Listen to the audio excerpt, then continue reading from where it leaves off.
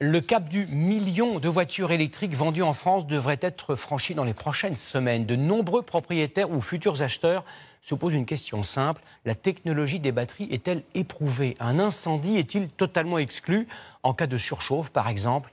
Hier, une voiture a explosé dans le garage d'un particulier dans l'Aisne. Michel Izard, Marion Fiat et Serge Joux.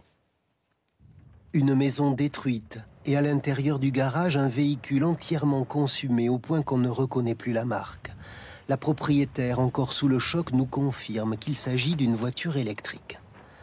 Vers 16 h, hier après-midi, ce voisin a entendu une violente explosion qui a fait vibrer sa maison. Et il a filmé ces images. Je suis sorti, et puis c'est là que j'ai aperçu que le garage de mon voisin, le toit était soufflé.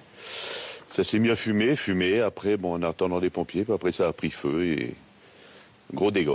Selon les pompiers, l'incendie a été déclenché par ce qu'on appelle l'emballement thermique d'une batterie au lithium. Le feu démarre très vite comme un chalumeau et il dure très longtemps. Il a fallu 7 heures pour l'éteindre. Une voiture, quand elle brûle, voiture électrique, fournit 15 fois plus d'énergie qu'elle sert à avancer. Ça monte très très vite en température et pour l'éteindre, c'est difficile, sachant que la voiture électrique fournit du gaz inflammable et de l'oxygène, de les arrêter. Le déclenchement peut venir d'un défaut de fabrication, d'une défaillance suite à un choc ou d'un problème de chargeur. Le phénomène reste rare, mais il augmente avec l'accroissement du parc de voitures électriques en France. Les bus sont aussi concernés, comme récemment à Paris. Les vélos et les trottinettes sont également touchés.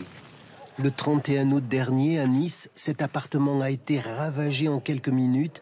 Une personne est décédée. La police attribue l'origine à la batterie d'une trottinette. D'autres appareils électroménagers ou des outils équipés de batteries au lithium présentent dans certains cas un danger. Conseil, ne pas les laisser en charge toute une nuit, sans surveillance.